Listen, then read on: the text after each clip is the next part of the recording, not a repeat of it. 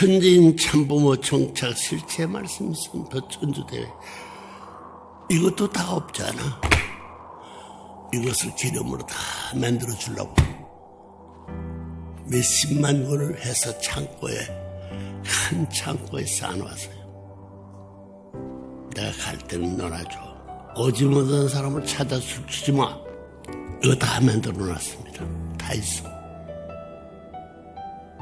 2011년 4월 24일부터 참부모님께서는 한국과 유럽에서 천지인 참부모 정착 실체 말씀 선포 천주대회를 개최하셨습니다. 같은 날짜의 스피치, 아버님께서 실제로 사용하신 것과 동일한 내용과 철하여 묶인 바인더로 식구들에게 주어졌습니다. 왜 아버님은 같은 스피치를 수록한 바인더를 일부러 준비하여 식구들에게 주셨을까요? 내용만 읽는 것이라면 교회에서 발행한 서적으로도 충분했을 터입니다. 본 영상에서는 아버님의 스피치 바인더에 있는 몇 가지 사안을 다루고 그것들과 관련된 사실에 대해 서술해 나가겠습니다. 내용 그 자체가 아니라 레이아웃, 구성, 숫자에 초점을 맞추겠습니다. 그 스피치 바인더를 손에 가지고 계신 분은 실물을 들고 시청해 주시면 감사하겠습니다. 하얀 새구멍 링 바인더에 인쇄지가 시트 프로텍터에 넣어져 있습니다. 두 개의 페이지가 한 장의 종이에 양면 일체로 인쇄되어 있습니다. 서론, 처음 6쪽에는 페이지 번호가 없습니다.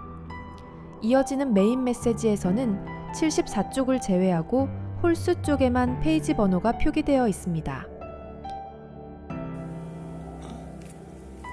여기 하나 둘 6페이지 7페이지가 셋, 넷, 다섯, 여섯 끝이 말에 7번째 되는 것이 연설문 총입니다. 갈아놓을 수 없어요. 이 서론이가 서론이. 이 서론의 6번째 페이지와 메인 메시지의 첫 번째 한 페이지는 떼어놓아서는 안 된다 라는 말에서 스피치의 레이아웃 자체에도 아버님의 고집이 있음을 알 수 있습니다. 아버님은 바인더 책을 들고 말씀하셨습니다. 여기에 오늘의 지시의 내용이 들어가 있어. 잠깐. 내 대신이야. 이것은 나의 대신이라고. 그리고 그 안에는 무엇이 있을까요?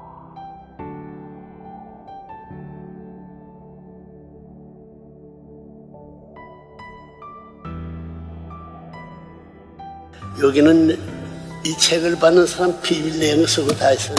참부모님께서는 2010년에 천지인 참부모 정착 실체 말씀 선포대회를 거행하시고 같은 해 11월부터 천지인 참부모 정착 실체 말씀 선포 천주대회를 거행하셨습니다. 천지인 참부모 선포 천주대회는 대략 3가지 버전이 있는 것으로 보입니다. 2010년, 2011년, 2012년에 봉독된 내용입니다. 2010년의 천주대회와 2011년 4월부터의 천주대회는 무엇이 다른가? 대략적인 차이는 2011년판에 서론이 추가되었다는 점입니다. 그 서론에는 참부모님께서 2011년 제52회 성혼기념일에 선천시대의 종료와 후천시대의 선포를 하신 취지가 기록되어 있습니다. 선천시대, 에라 before coming of heaven, 후천시대, 에라 after coming of heaven, 즉 하늘이 오기 전의 시대, 하늘이 온 후의 시대. 천이라는 한자는 두 사람을 의미합니다. 보통은 위의 가로선을 길게, 아래의 가로선을 짧게 씁니다. 그러나 스피치 내에서는 일관되게 위의 선이 짧고 아래의 선이 긴 천이 사용되고 있습니다. 한자 둘은 둘입니다. 천자를 나누면 두 사람이 됩니다. 아버님께서는 천일국은 두 사람이 하나가 되는 나라이다 라고 말씀하셨습니다. 서론과 메인 메시지의 짝수 페이지에는 페이지 번호가 없고 74페이지와 홀수 페이지에만 페이지 수가 표기되어 있습니다. 페이지 수는 과연 무엇을 나타내는 것일까요? 여기 9페이지, 9살 때까지 10페이지 그때 가서는 뭐이 나오는 창조적 3시대 문총조도 3시대의 고개를 넘어야 된다. 그 고개가 여러분이 아는 모르는 고개야. 누구도 모르는 고개입니다. 그 고개를 넘어야. 그다음에 그것이 어느 20페이지 넘을 때까지 가요. 거기는 뭐이 나오는 말이요.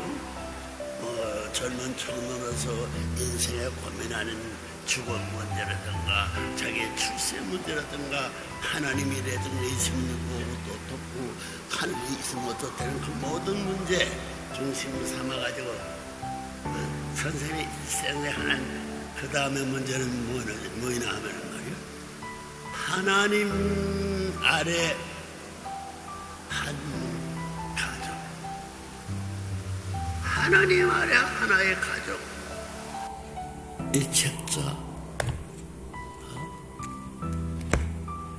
선생님 25살, 저는 25살이 산 페이지입니다. 잡아가지고 동선하고 딱 같은 자리에서 25살에 25페이지에선 그 선생님 25살 되네. 페이지 수 이코르 아버님의 연세, 그것을 알 수 있습니다.